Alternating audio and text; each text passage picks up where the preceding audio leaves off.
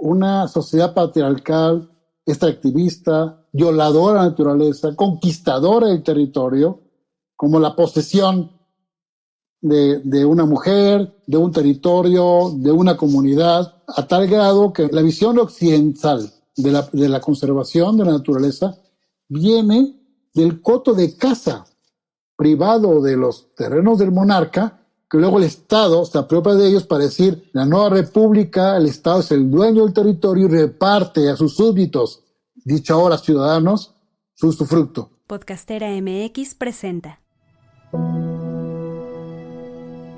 Esta es la segunda temporada de Somos Medicina, el podcast de sanantes. Aquí, donde decimos que hay una sola forma de sanar de raíz, y es juntos. Esta segunda temporada es un viaje hacia la integración. Las posibilidades de construir juntos y escucharnos para salir de las polaridades, de una disque paz que nos evade de la confrontación y las complicidades de lo mismo, a las disputas infértiles y peleas eternas que no encuentran salida y solo nos dejan heridos y desgastados. El género y sus consecuencias, abolir o integrar, las peleas y la comunicación no violenta, la justicia restaurativa, ¿es una esperanza? La comunidad en contraposición a la digitalización de la vida, ¿soledad o caminar al encuentro? Hembristas, machistas y humanistas, ¿podemos escucharnos? El tema del dinero y del poder. ¿Cuándo utilizamos el dinero para batir al otro e imponernos? ¿Cómo salimos de ahí? Camina con nosotros, dale. Camina con nosotros esta aventura y estas respuestas. Escúchanos en Somos Medicina, el podcast de sanantes. Somos Medicina, el podcast de sanantes, aquí en nuestra segunda temporada, y nos vamos de lleno en este viaje que hemos emprendido hacia la integración de los géneros, en este viaje que hemos emprendido juntos hacia la posibilidad de fluir con la realidad. Entendemos por fluir darnos el avión, entendemos por fluir ser cómplices de lo mismo, entendemos por fluir distanciarnos, desinteresarnos, volvernos indolentes. Queremos repensar el fluir con la realidad. Queremos construir un fluir que tienda puentes entre las diferencias, puentes con nuestras necesidades insatisfechas, puentes con los conflictos que nos terminan llevando a atolladeros que no queremos repetir. Esta posibilidad de reparar, de reconstruir, de imaginar contextos pacíficos, interrelaciones y reparaciones de todas esas estructuras de la cultura de la guerra que se repiten y se repiten y se repiten. Quizás la guerra empezó por primera vez en la religión. Quizás la guerra empezó por primera vez en estructuras primarias de poder de unos grupos humanos sobre otros. Quizás la guerra fue una simplificación de impulsos agresivos, biológicos y primitivos, que después se fue sofisticando. Hoy a la guerra no nos la podemos sacar de encima. La tenemos en los campos de batallas, entre pueblos hermanos. La tenemos entre equipos de fútbol, en las parejas, en las familias, entre hermanos disputándose un pedazo de tierra, en los partidos políticos, entre amigos. Hoy la guerra la tenemos entre instituciones y obviamente entre los géneros. Y ahí seguimos atorados, reactivos, muchas veces sin poder salir de ahí. Y no quiere decir que no haya esperanza, las hay muchas y hoy las vamos a presentar. Hoy te vamos a invitar a explorar esas esperanzas, porque creemos en ellas. Pero para lograr esa exploración, tenemos que profundizar un poquito en estas ideas centrales que nos llevan a los temas de difícil solución. Si este fuera un tema fácil de resolver, no lo hubiéramos traído al podcast. Gracias por acompañarnos, gracias por estar acá. Y les voy a presentar con muchísimo gusto a estos expertos que son caminantes, cada uno a su manera, cada uno en su ámbito de expertise, de estos caminos hacia la paz, de estos tejidos que hacen posible la construcción de la paz en medio de esta hegemonía de estructuras violentas. Y quiero empezar con Alejandra Betanzo. Ella se acaba de incorporar a Sanantes y fue un gustazo compartir con ella y empezar a conocernos. Alejandra es experta certificada por el Centro de Comunicación No Violenta Internacional en esta técnica que ha atravesado el mundo, que nos ha llenado de un libro maravilloso que fundó Marshall Rosenberg, inspirando a un montón de gente, haciendo posible la paz para un montón de gente. Alejandra está aquí para ustedes. Tiene mucha experiencia en violencia de género, en procesos que ha vivido en la UNAM y se ha vuelto experta, de origen politóloga, se ha vuelto experta en la justicia restaurativa. ¿Por qué la justicia restaurativa como esperanza a la justicia punitiva? Vamos a llegar ahí después. Alejandra, ¿qué es la guerra? ¿Por qué no podemos salir del atolladero de la violencia? ¿Por qué, a pesar de saber lo que nos genera la guerra, la seguimos reproduciendo y reproduciendo y reproduciendo? Cuéntanos. Ay, pues muchas gracias. Muy contenta de estar en el podcast y de la oportunidad de compartir con ustedes y de reflexionar juntos sobre este tema, juntos y juntas. Y bueno, ¿por qué seguimos montados en esta dinámica de dominación, ¿no? De querer dominar al otro. Si respondo a esta pregunta desde la comunicación no violenta y un poco de lo que nos propone Marshall Rosenberg, pues es entender que desde hace milenios, pues hemos crecido y sido socializadas y socializados y socializades con la creencia de que los recursos son escasos y no alcanzan para todos. Y entonces, pues, el paso siguiente es, pues, si no alcanzan para todos, pues tenemos que encontrar una manera, pues, de que a mí me toquen recursos, ¿no? Y entonces, desde pequeñitos aprendemos a que dominar es la respuesta. De manera que si yo logro ser mejor, ser el que saca la mejor calificación, el que tiene el mejor puesto, el más guapo, el que tiene lo mejor que la sociedad valora como lo mejor, entonces a mí me van a tocar recursos. Y esto lo que genera es, pues, que el de enfrente siempre es un posible competidor hacia quien hay que, de entrada, sentir desconfianza y vivir con miedo, con el corazón cerrado, no mostrar la vulnerabilidad, porque eso es equivalente a debilidad, y finalmente teniendo un efecto en la sociedad de desconexión, de separación, de mucho resentimiento y de estar a la defensiva, ¿no? De siempre el de enfrente me puede quitar lo que tengo, mi bienestar, ¿no? Y entonces tengo que cuidarme del otro. Y pues eso fisiológicamente pues también tiene unos efectos, ¿no? De estar en este modo activado del sistema nervioso activado y con, pues a partir de distintos momentos de trauma, ¿no? En donde pues reaccionamos sin tener mucha conciencia de en qué dinámica estamos entrando. Y como dice Marshall Rosenberg, dice que la violencia es un intento trágico por satisfacer necesidades, ¿no? Y que es trágico porque la manera en que buscamos satisfacer necesidades, pues no solo no conseguimos satisfacer nuestras necesidades de esa manera, sino además pasamos por encima de las necesidades de otros y todos acabamos perdiendo. No sé si un poquito como para empezar, esto es lo que me gustaría compartir. Maravilloso, gracias, Ale. Pedro, Deva, ¿qué es la guerra? ¿Por qué seguimos atorados en ella? ¿Por qué la reproducimos y la reproducimos en tantas instancias? Cuando escuché... ¿Tiene algo más que de complementar? Venga. Sí, Gabriel, gracias. Gracias por la oportunidad, podcastera, de estar aquí reunidos.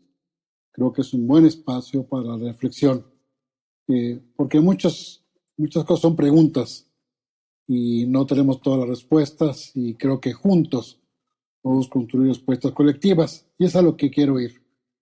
Cuando escucho a Alejandra, rápidamente me fui a pensar en Tim Ostrom, premio Nobel de Economía 2009, que por años apostó para entender cómo se podían hacer los recursos de uso colectivo, de uso común, cómo podíamos compartir las riquezas sin pelearnos, cómo poder mostrarnos que las acciones colectivas, colaborativas y no competitivas es el mejor futuro para la humanidad.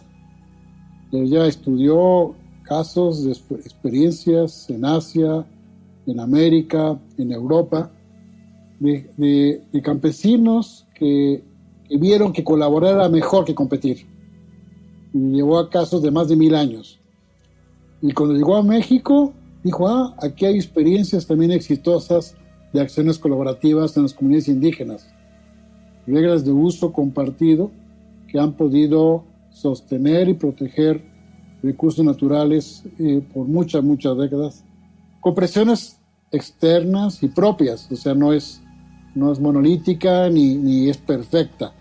Pero cuando se piensa en el bien común y no en el bien individual, o cuando se demuestra que el bien individual va a acabar por afectar el bien común, es decir, un campesino que se aprovecha del bosque de todos o cede como autoridad el aprovechamiento minero de un bosque, acaba hipotecando su propio futuro y el de su comunidad, y el de sus hijos y de sus nietos. Entonces, cuando nos salimos de la competencia y buscamos la colaboración, me parece que esa es la solución. Me adelanté porque pienso que la guerra, y me gusta mucho lo que dice Alejandra, la guerra está basada mucho desde nuestras propias heridas, de nuestro miedo a perder lo que creemos que es nuestro, o a aspirar a lo que no tenemos pero tiene otro. Es decir, en general viene de una reacción muy interna, muy primitiva, voy a decir de exceso de protección. Voy a tener este territorio para que no... Ucrania no puede ser de la OTAN, ¿no? Vamos a hacer una guerra porque Ucrania no puede ser de la OTAN, porque eso me pone en riesgo a mí como bloque contrario a la OTAN, ¿no? Y así, es decir, abarcamos territorio para poseer, para dominar, pero también argumentando que así me protejo. Los israelitas piensan que desaparecer Gaza le va a dar el futuro a ellos, ¿no? Sobre miles de muertos que han tenido estos días. Me parece que el planteamiento que nos toca a muchas personas que no estamos de acuerdo con la guerra, por supuesto empezar por cada uno, pero visibilizarlo, reconocer que nuestro egoísmo nos ha llevado a niveles de violencia extraordinario que no estamos pudiendo reconocer. Y es un acto de voluntad y de valentía reconocer que somos vulnerables, y por eso me gusta el último comentario de Alejandra, somos vulnerables, y reconociendo esta vulnerabilidad podemos buscar cobijo y no protección. Y me parece que es diferente el cobijo y la protección. En nosotros, justamente en los que no me gustan. Y ahí lo dejaría por lo pronto, Gabriel. Gracias. Gracias, Pedro. Deba, ¿quieres aportar a esta respuesta? ¿Qué es la guerra y por qué estamos atrapados en ella, en esta como reproducción de esta estructura en todas las facetas humanas? Sí, un poco coincidiendo, siento que la guerra se basa en la falta de reconocimiento de que la abundancia de la vida, la abundancia universal, es infinita y que en realidad hay espacio y hay para todos, pero también en el reconocimiento de las diferencias y de que en esta abundancia infinita caben todos los colores, no nada más nos brinda alimento a todos niveles de vida, sino cabemos en esta abundancia, nos contiene en nuestras diferencias. Concuerdo también en que viene de una inseguridad interna y aferramiento a que solo mi color es el válido en vez del abrazo a la interconexión, a la interdependencia de los seres humanos en sus en sus hermosísimos colores y diferencias. Solo eso. Gracias.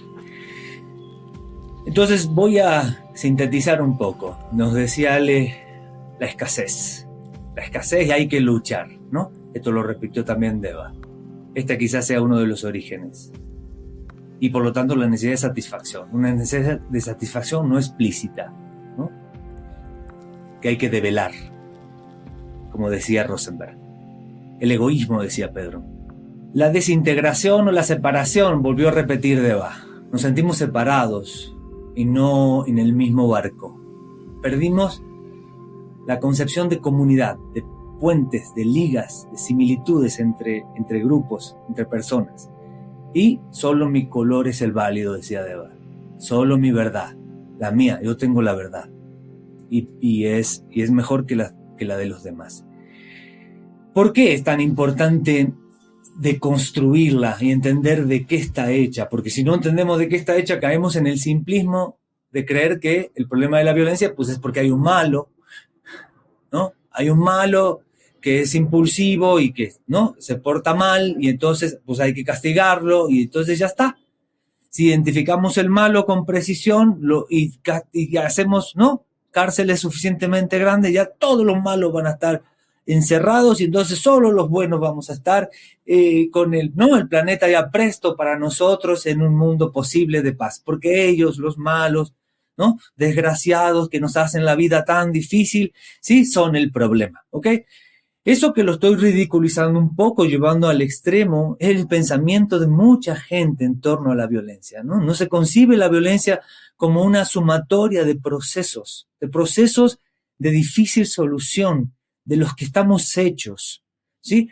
La violencia como una sumatoria de procesos psicológicos, biológicos, genéticos, sociales, culturales, ambientales, ¿sí? Hemos estado como educados de esa manera. Por eso no alcanza con atrapar al malo y castigarlo suficientemente duramente para que a ver si aprende, ¿no? Por eso creemos que no alcanza con eso, que hay que ir mucho más allá.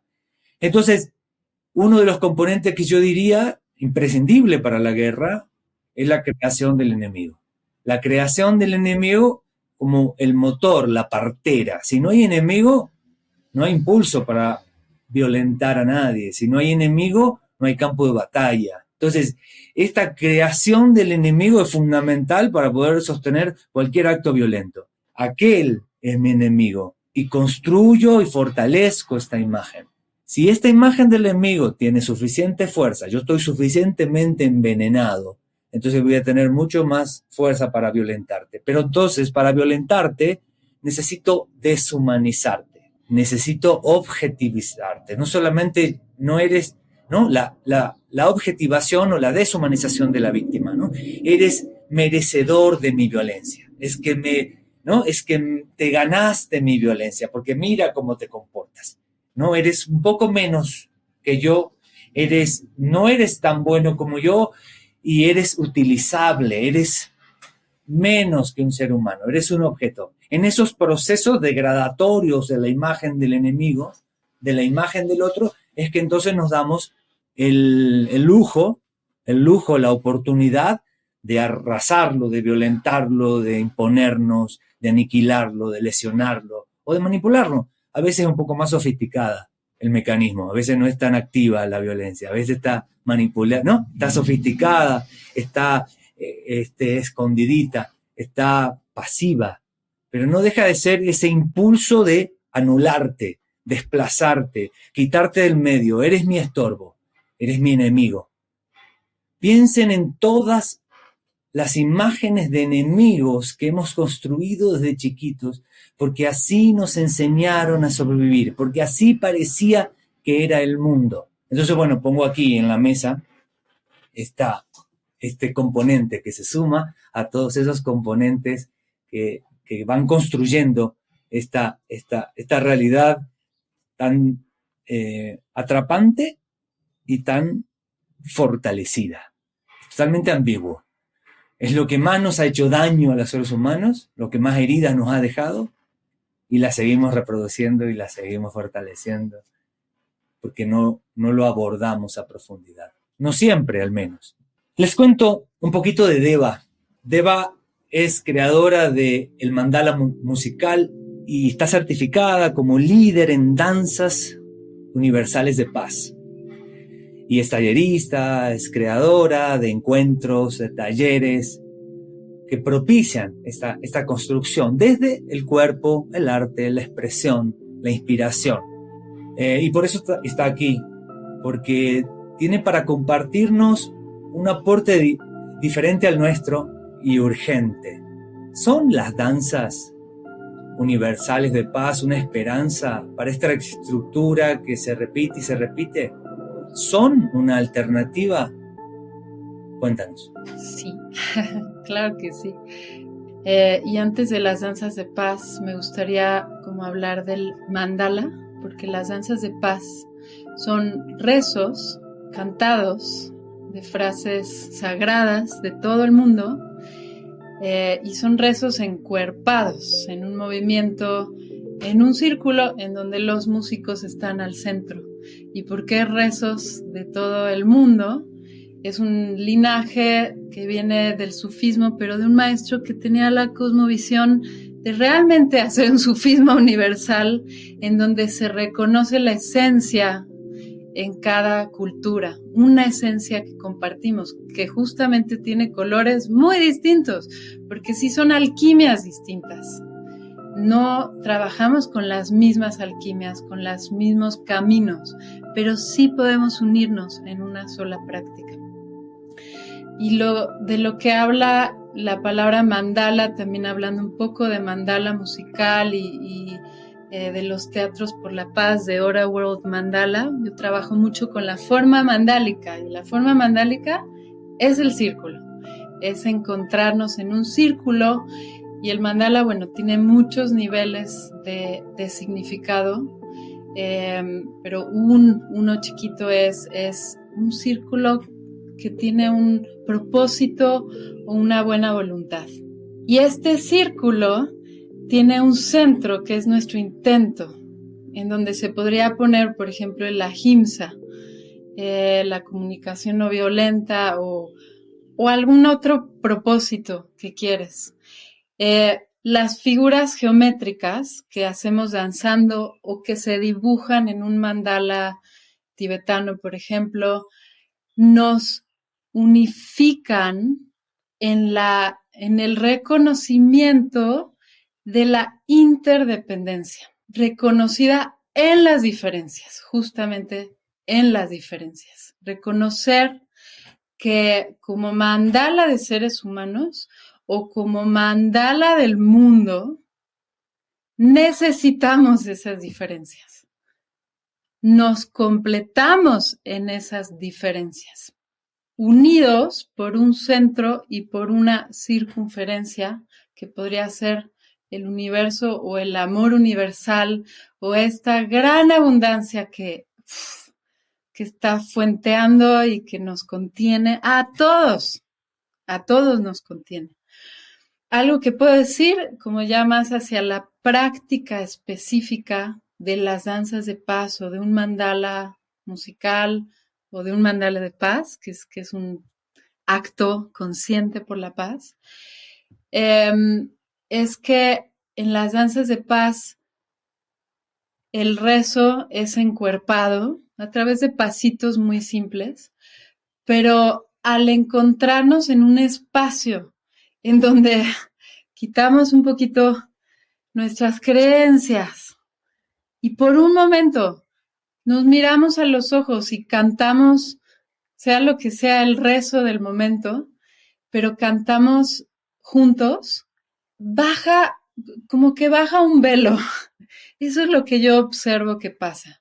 Si con aquel que estoy en completa guerra me reúno a cantar y a mirarle a sus ojos y a ver, como a reconocer esa fuente de la cual ambos venimos, como que se cae un velo, por un momento al menos. Hay trabajo que hacer, pero por un momento se cae, y si eso se repite en una comunidad, o sea, entre comunidades que no se pueden ni ver, comienza a crecer un recuerdo de esa interdependencia, de reconocer que tenemos todos un corazoncito vulnerable, que tenemos todos un sentimiento que habla y que es válido, y hay un derretimiento. Y hay un derretimiento que puede ayudar a después abrazar la visión del otro y la tuya, porque también está en abrazar tu propio sentimiento, ¿no? Entonces, bueno, el encuerpamiento a través del arte nos saca de ese lugar de fijeza y de dureza para poder abrir otros espacios en la comunicación. Y podría seguirme, pero por ahorita. Ya sé, no hay paz sin ternura, no hay paz sin empatía, ¿no? No hay paz sin blandura, ¿no? No hay paz sin miradas a los ojos. No va a haber paz sin entender qué necesitas, qué te duele, sin saber de ti. Gracias. Les cuento un poquito de Pedro. Pedro es experto en políticas ambientales, entonces su área de expertise en relación a las disputas es un área hoy muy, muy en boca de todos, ¿no? Cómo la guerra se lleva al territorio, a los recursos naturales, la pelea entre los grupos de poder. Pero además de ser ambientalista y experto en políticas ambientales y un muy buen mediador, y yo le pico las costillas para que no sea tan bueno, porque a veces se pasa de bueno, te digo. Además de todo eso, es guía de círculos de hombres, ahí en Coyowali, desde hace 10 años, que es un camino que compartimos con mucho gusto. Entonces me gustaría que hagas esa intersección con esta pregunta, Pedro. El género, el patriarcado, el modelo hegemónico, la cajita del género y el medio ambiente y los recursos y la explotación.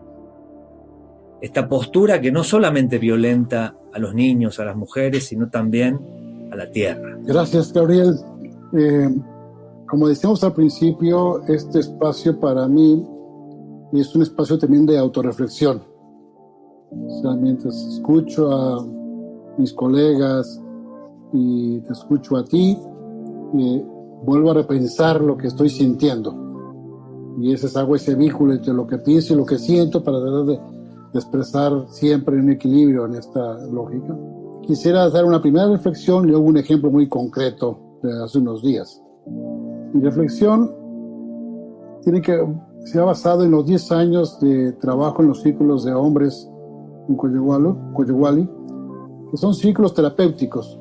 Si no son seminarios, no son talleres, no son diplomados, para que los hombres testarudos entendamos conceptualmente que ya hay una manera de relacionarnos con las mujeres, con otras preferencias sexuales y con la naturaleza. He aprendido que es un trabajo que toca mucho el corazón, porque no basta con racionalizarlo, reflexionarlo, si no lo incorporamos a nuestra vida diaria. Y eso lo aplico para mí y lo aplico para los círculos. Es un regreso a nuestras heridas y nuestras creencias de un mundo patriarcal que fuimos construidos.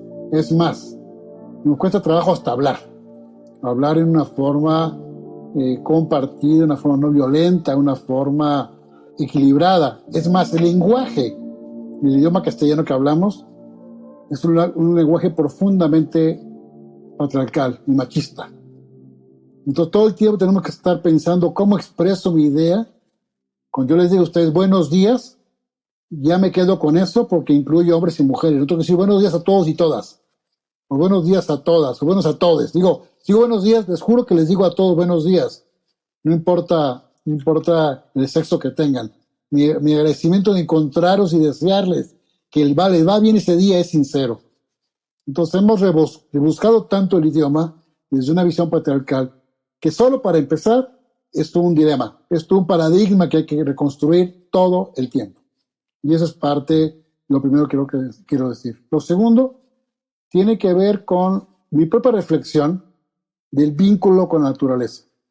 Es decir, una sociedad patriarcal, extractivista, violadora de la naturaleza, conquistadora del territorio, como la posesión de una mujer, de un territorio, de una comunidad, a tal grado que la visión occidental de la conservación de la naturaleza viene del coto de caza privado de los terrenos del monarca, que luego el Estado se apropia de ellos para decir, la nueva república, el Estado es el dueño del territorio y reparte a sus súbditos, dicho ahora ciudadanos, su usufructo.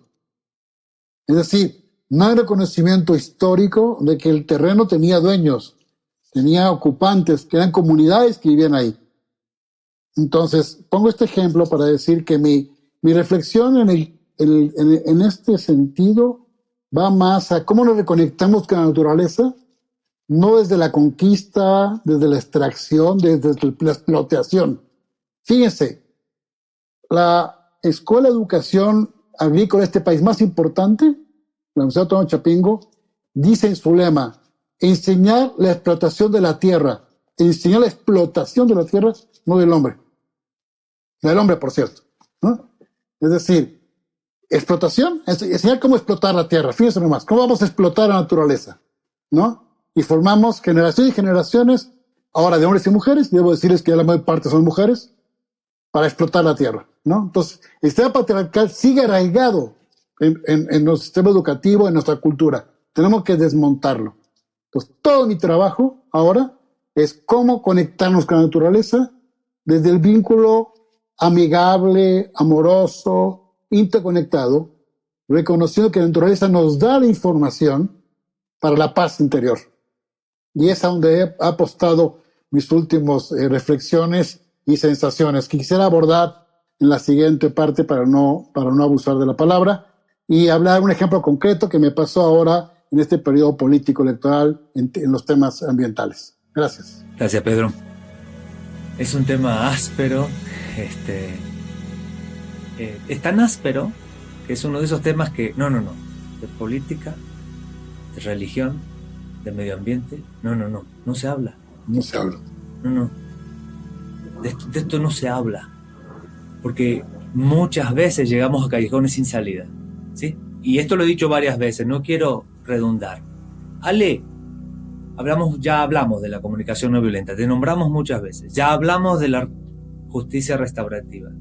¿Por qué la justicia restaurativa como una mejor opción a la punitiva, a la justicia del castigo? Tienes mucha experiencia en casos de la vida real de violencia de género. Y esto es lo que más nos interesa escuchar. O sea, ¿cómo es que la justicia restaurativa en esos casos puede hacer la diferencia? Parte como de la cultura de la guerra que ya pues hemos mencionado de distintas maneras, está pues esta idea de que de que hay buenos y hay malos, que hay personas que hacen lo correcto, lo incorrecto, que hay personas normales y hay personas anormales, y que bueno, cuando lo que haces pues está mal, ¿no? Cuando tienes la culpa de algo, entonces mereces un castigo, ¿no? Y la creencia de que las personas solamente con castigos, pues podemos cambiar, ¿no? Es otra vez el uso de la fuerza o incluso pensar en terminar con la violencia usando violencia, ¿no? Lo cual pues es muy paradójico. Y entonces, bueno, pues hay una parte que podemos ver que seguimos llenando cárceles y cárceles y cárceles y cárceles y que eso no está resolviendo nada, ¿no? Y que hacemos guerras y tampoco está resolviendo las cosas. Entonces, pues está esta otra forma de encontrar, pues de construir paz, ¿no? Que es a partir de la compasión, a partir de poder conectar con ese ser humano, como acordarnos que hay un ser humano, que es un ser humano, que como todos y todas, pues podemos cometer errores y más que llamarle errores, podemos hacer cosas que lastiman a otros, podemos hacer cosas que violentan a otros, que pasan por encima de otros. Pensando específicamente en la violencia de género, hay pues milenios y milenios de dominación y de opresión que se ha ejercido a raíz o a través de estos mandatos sociales de género. Y entonces hay mucho dolor, mucho resentimiento y lo primero que nace cuando conocemos los lentes del feminismo es como pues castigar para cambiar esas conductas, ¿no? Y como construir a ese enemigo a quien pues hay que a través de la violencia, pues hacerlo entender que así no. Entonces, la justicia restaurativa, en vez de preguntarse quién es culpable y qué castigo le ponemos, se pregunta qué daño se ha causado, cómo podemos repararlo y cómo podemos aprender de esto para que no se vuelva a repetir, ¿no? Entonces, desde mi punto de vista, estos mandatos sociales de género que todos tenemos internalizados, todos y todas tenemos internalizados, pues más que un castigo, lo que requieren es una toma de conciencia de por qué hago lo que hago, por qué aspiro a lo que aspiro, por qué espero lo que espero, ¿no? O sea, y esto ¿me hace bien o no me hace bien? ¿Y qué efectos tiene en el mundo cuando creo o cuando veo las cosas de esta manera, ¿no? Entonces, como es un tema amplísimo y quisiera como un poco sintetizar, pues creo que eso es lo que podría decir de inicio. Hay mucho miedo y entonces hay mucho miedo, digamos, pues que no es un miedo inventado, es un miedo que nace pues de la experiencia de ser oprimidas, ¿no? Entonces, desde el miedo es muy difícil de creer que hay otra manera de parar esas dinámicas que no sea a través de la fuerza, ¿no? Entonces, pues es una invitación a explorar caminos de no violencia para parar la violencia. Y Marshall Rosenberg habla del uso protector de la fuerza, por ejemplo, ¿no? O sea, de qué manera a veces incluso podemos usar la fuerza que cause el mínimo daño posible, pero para poder cuidar la integridad, ¿no? Entonces, bueno, lo dejaría ahí. Gracias. Sí, es un tema larguísimo. Y bueno, por eso estamos aquí. Es largo, es tan antiguo probablemente como la humanidad misma. En Sevilla, en el 86, en una declaración que hicieron una serie de científicos y académicos, dijeron, no estamos programados genéticamente, biológicamente para la guerra.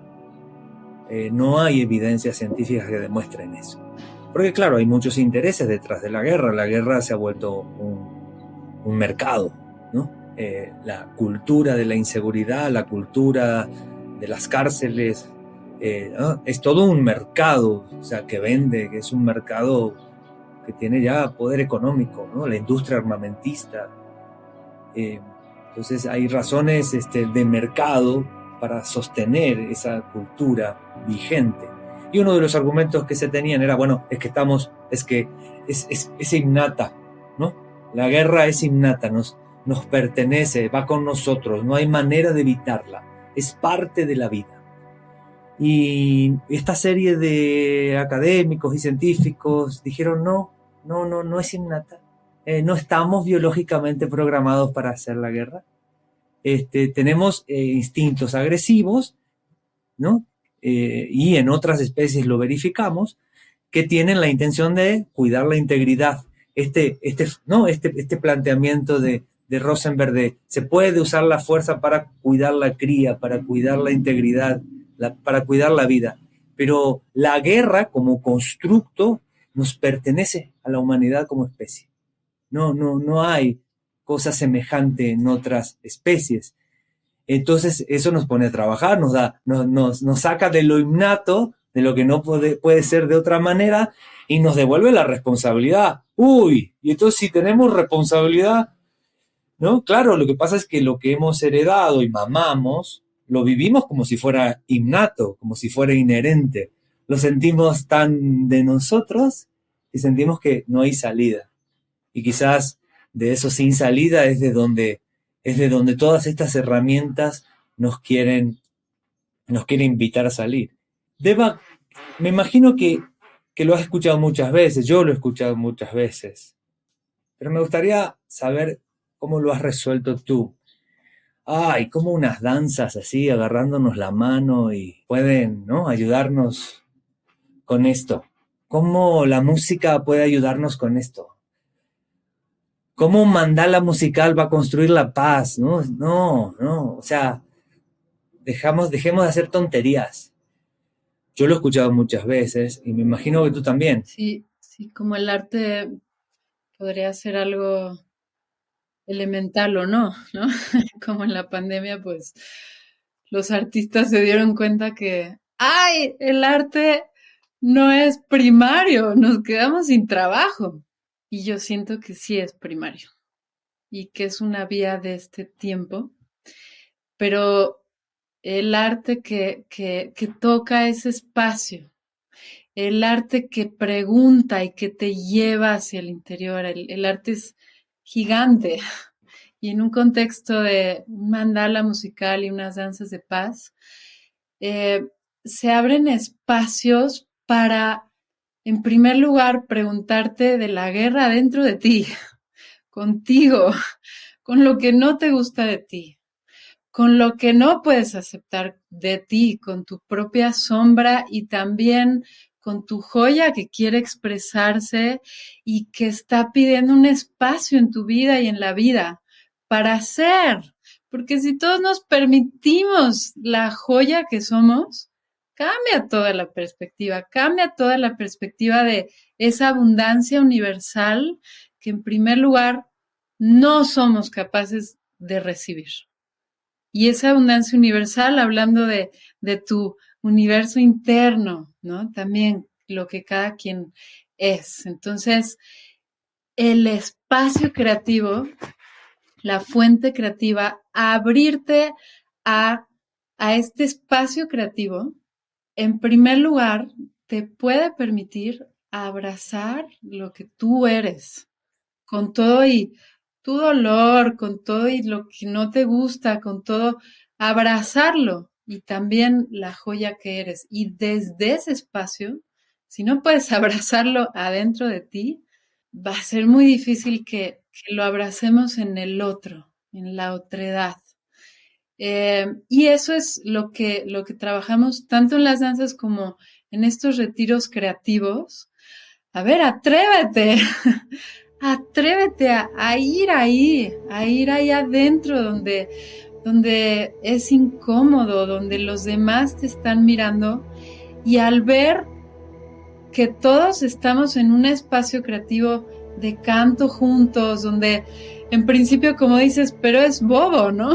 ¿Por qué juntarnos a cantar y qué es lo que va a traer? Pero al mirarnos todos en un espacio donde todos nos atrevemos a compartir desde esta sensibilidad, permite a tu alma como exhalar y relajarte y ver que, oye, si está bien para el otro, me puedo dar yo mismo permiso para abrazar la intimidad conmigo y para abrazar la intimidad, la vulnerabilidad y lo que es en el otro. Entonces es un principio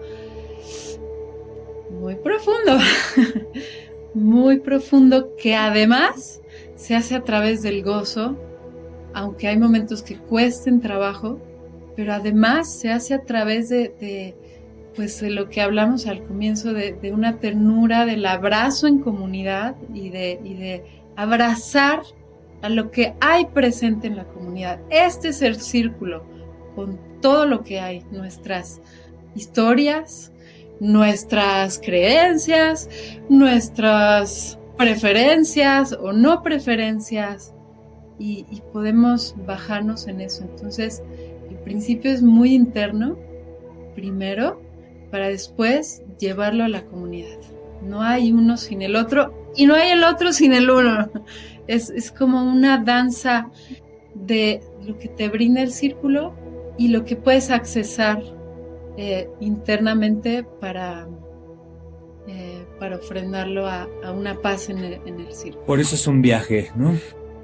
Por eso es una oportunidad que nos damos. Para bobear un poco. A veces bobear un poco nos viene tan bien, ¿no? Jugar un poco, soltarnos un poco, bobear un poco, ¿no? Aflojarnos un poco. Gracias, Deva. Pedro, las feministas, mejor dicho, las feminazis quieren destruir la masculinidad. Nos quieren hacer pedazos, quieren agarrar nuestros testículos y hacerlos picadillo. O sea, tenemos que defendernos ante eso.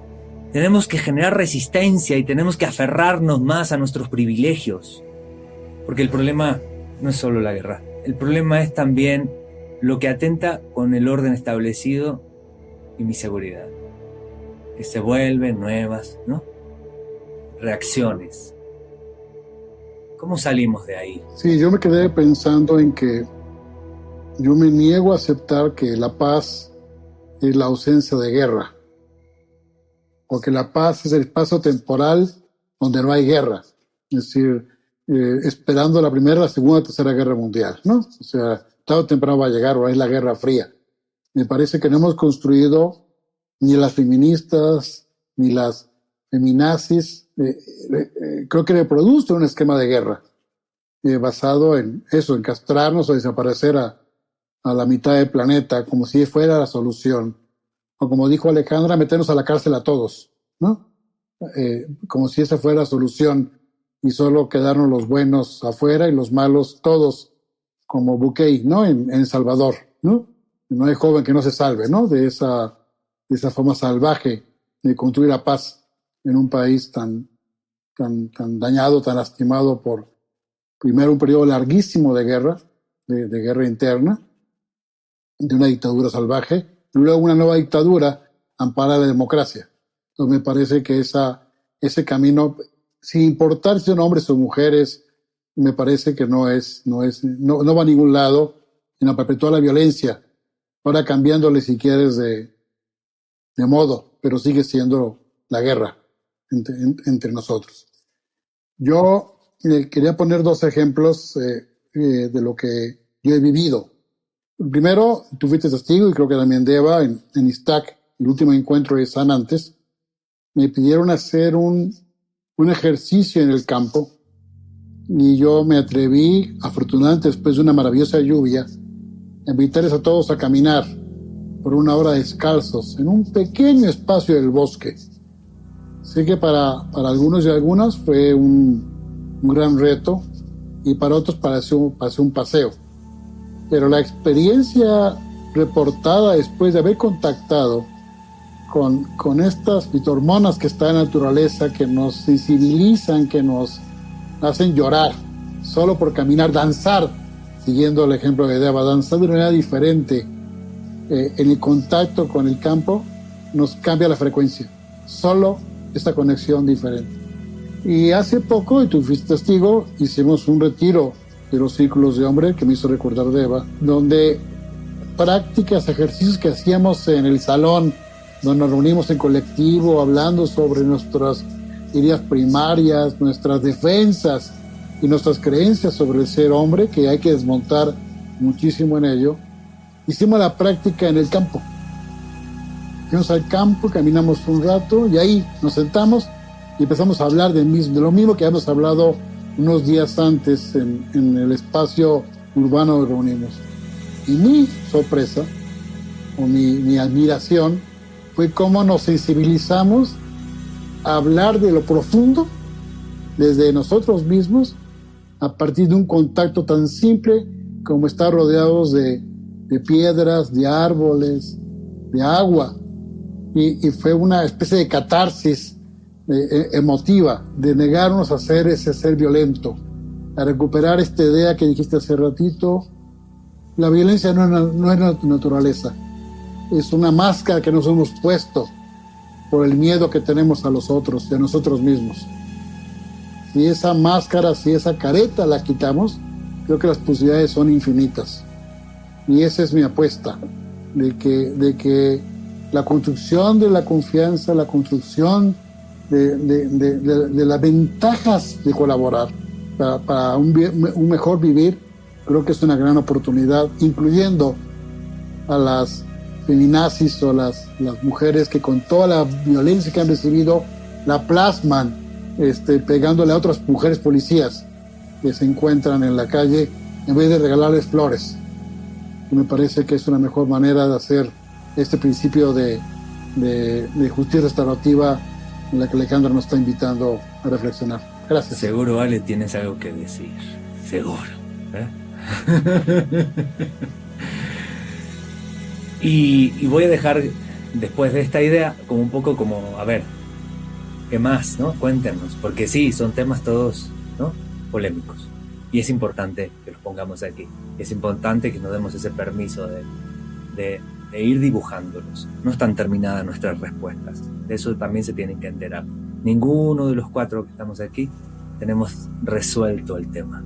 No estamos trayendo soluciones definitivas. No. Traemos caminos, traemos preguntas, traemos grietas que hemos ido abriendo. ¿Vieron esa grieta en donde sale una flor en el cemento así? Y dices, esta es la esperanza. De esto está hecha la esperanza. De esas grietas. Eso les traemos. Y como última idea para compartir, como idea general para cerrar esta reflexión, y dense esa libertad de cerrarla como sientan cada uno, es una idea de Hillman.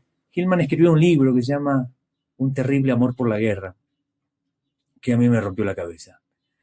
Me la rompió, me la abrió, me la destejió, me la volvió a tejer, ¿sí? En donde desestructura o deconstruye el proceso de la guerra desde muchas ópticas, y una de sus ideas es: lo peor de la guerra es que termina en la paz. ¿Cómo? Sí, eso es lo peor de la guerra, que termina en la paz. ¿Cómo va a ser lo peor? ¿A quién se le ocurre que la paz es lo peor de la guerra? Se le ocurre a Hillman. ¿Por qué lo dice? Porque entendemos por paz sumisión, porque entendemos por paz evitación del conflicto, porque entendemos por paz represión del poder, porque entendemos por paz desinterés o indolencia, distancia, postergación, porque entendemos por paz amnesia cobertora y colectiva, dice Hillman. Hagámonos tontos, olvidemos eso, hagamos como que no pasó. ¿No? Tienes buenas intenciones, me dices que me quieres, ya está, con eso. Vamos a hacer de cuenta que sí, con eso ya está bien, ya todo va a estar bien. Esa paz que incuba la siguiente batalla porque no interviene en las estructuras que dan fuerza a la guerra, que generan la guerra desde la raíz. Entonces hay una forma de paz que es ficticia, ¿sí?, que solo es más de lo mismo. Y decía Pedro, esa paz que viene de la guerra no es esta paz que se construye estructuralmente, en donde no es que me someto a ti, no, en donde los dos somos respetados como seres dignos. Es muy diferente someterme a ti porque no tengo de otra, a mi necesidad existe, es válida, es digna, donde hay una reparación de la herida. ¿Qué tienen para compartirnos sobre esta idea? ¿Quién quiere? ¿Quién quiere?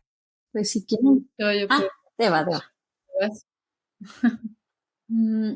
Es como regresar a la sinceridad profunda con uno mismo.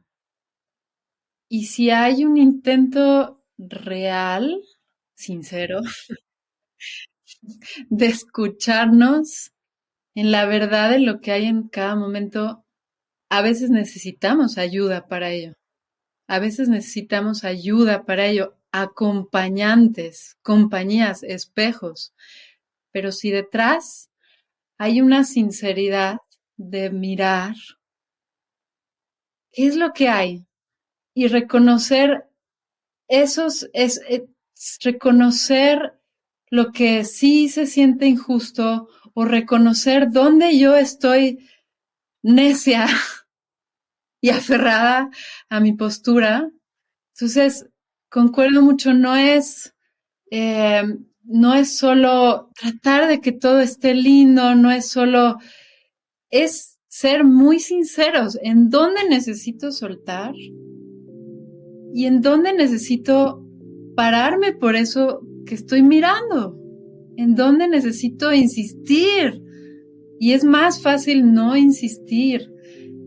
Y es a veces más fácil aferrarse porque soltar implica mirar nuestra sombra. Entonces, siento que hay un espacio puro que está nutrido por la vida, que si somos sinceros a acercarnos a él, ahí habla,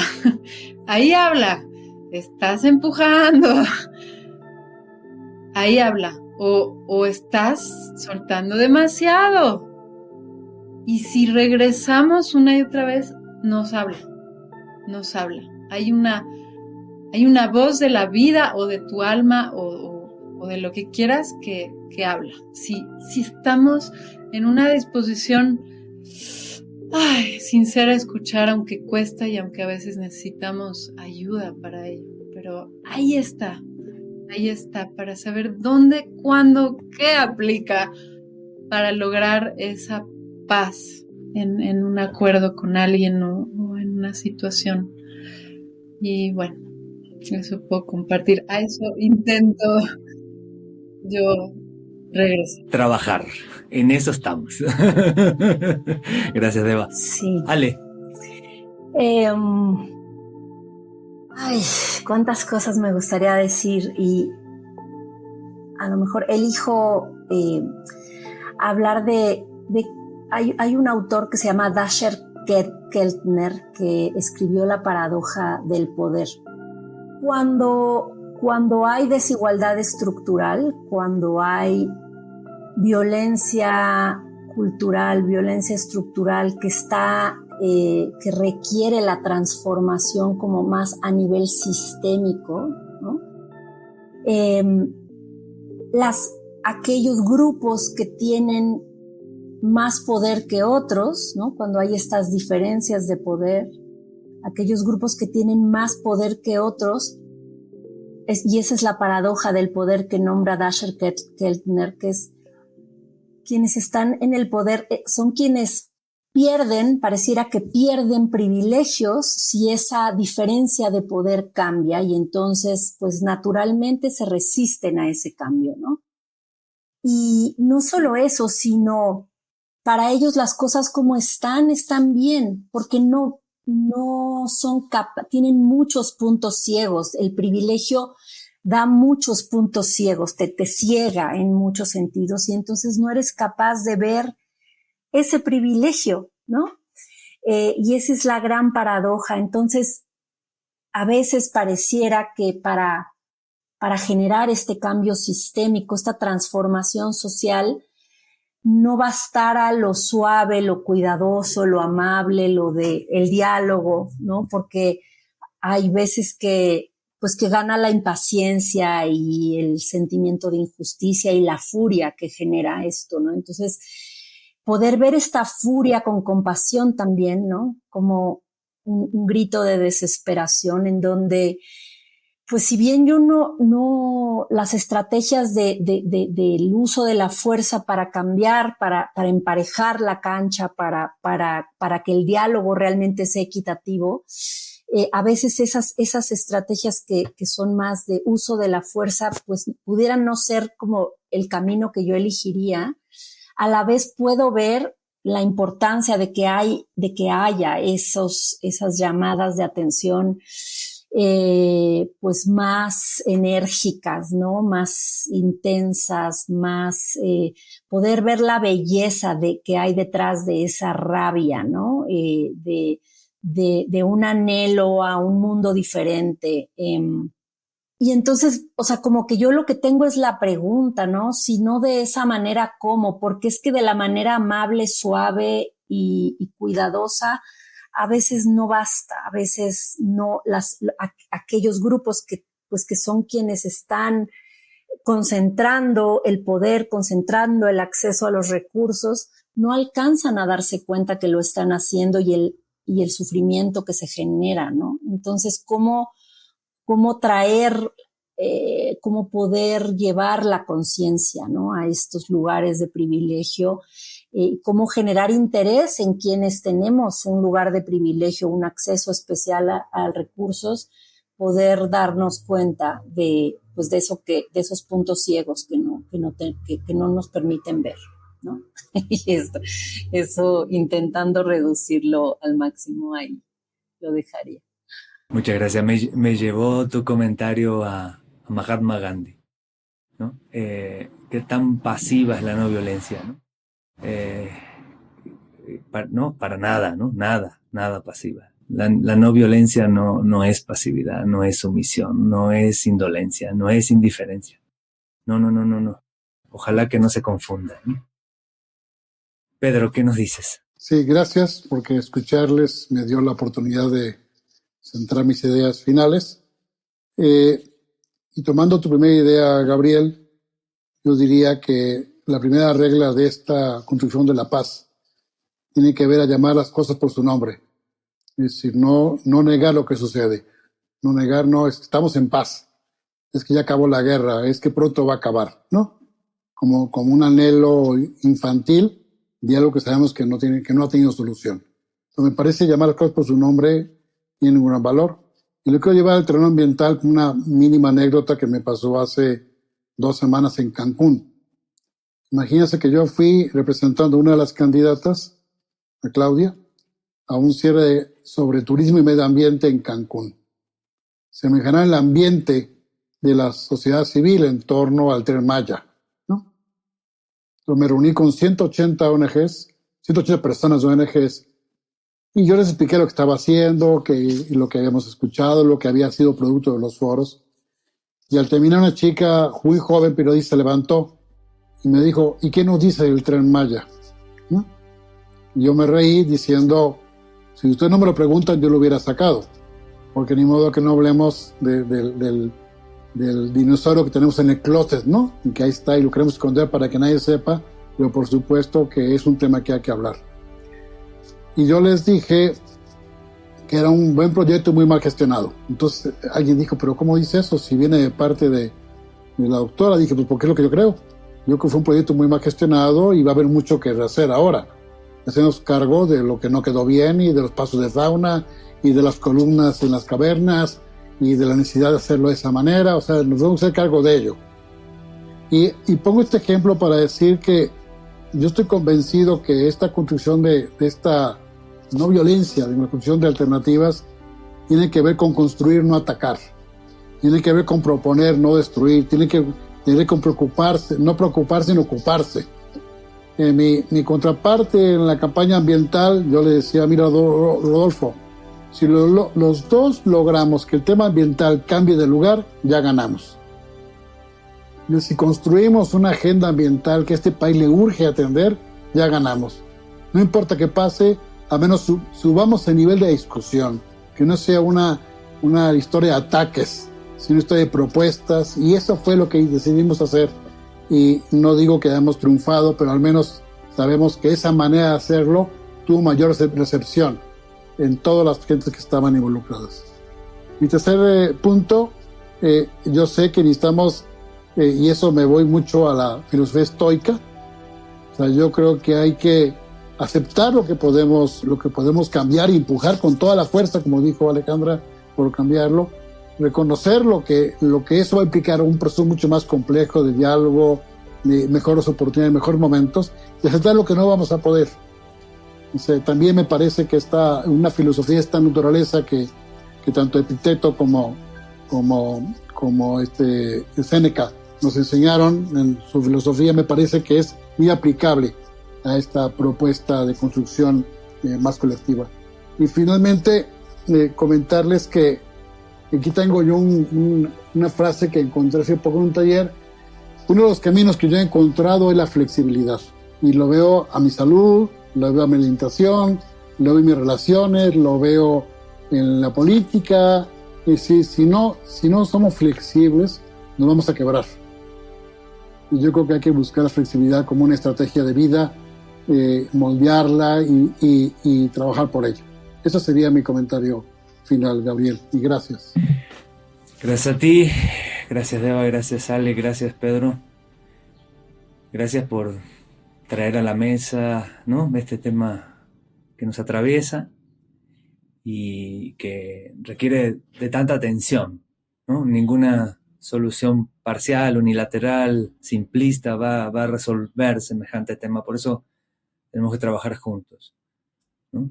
La rabia, decía Ale, tiene dignidad, tiene un mensaje. La sombra, decía Deva, necesita ser escuchada, abrazada. Hasta el Tren Maya vamos a tener que rehacer porque fue mal gestionado, decía Pedro. La realidad es como es, y hemos podido lo que hemos podido. La posibilidad que nos da la comunidad, el compartir y los puentes que seamos capaces de tender, construirán entonces, sí, si lo hacemos posible, esas esperanzas, y retomando a Freire, las esperanzas de esperanzar, no de esperar. No queremos esperar. No creemos que esperar vaya a resolver nada. Necesitamos acciones, necesitamos ideas, necesitamos reflexiones, necesitamos sentirnos incómodos, necesitamos danzas de paz, necesitamos diálogos, necesitamos sensibilización, necesitamos transar con el poder, necesitamos recuperar el poder, transferirlo, equilibrarlo. Gracias por estar acá, por este hermoso tiempo que nos regalamos, que nos regalan, y vamos a seguir fluyendo con la realidad, un viaje hacia la integración de los géneros. Qué rico, seguimos chambeando. Muchas gracias. Muchas gracias. Muchas gracias. Gracias, Salvador y Angie. Podcastera MX presentó Somos Medicina, el podcast de Sanantes. Aquí, en esta comunidad, la tuya, queremos que sea tuya también. Aquí, donde nos interesa sanar, sanar juntos, sanar de raíz, sanar compartiendo, sanar construyendo, tendiendo puentes donde parece que no los hay. Tendiendo puentes entre realidades diferentes que necesitan conocerse, integrarse, sanarse mutuamente. Vente, síguenos. Si te gustó, compártelo con quien quieras, expándelo, multiplícalo. Si te gustó, califícanos con 5 estrellas. Vámonos juntos al 6º encuentro de Sanantes en Amecameca, del 10 al 13 de octubre en Iztac Multiversidad. Este año también es para ti. Si es tu viaje, acompáñanos.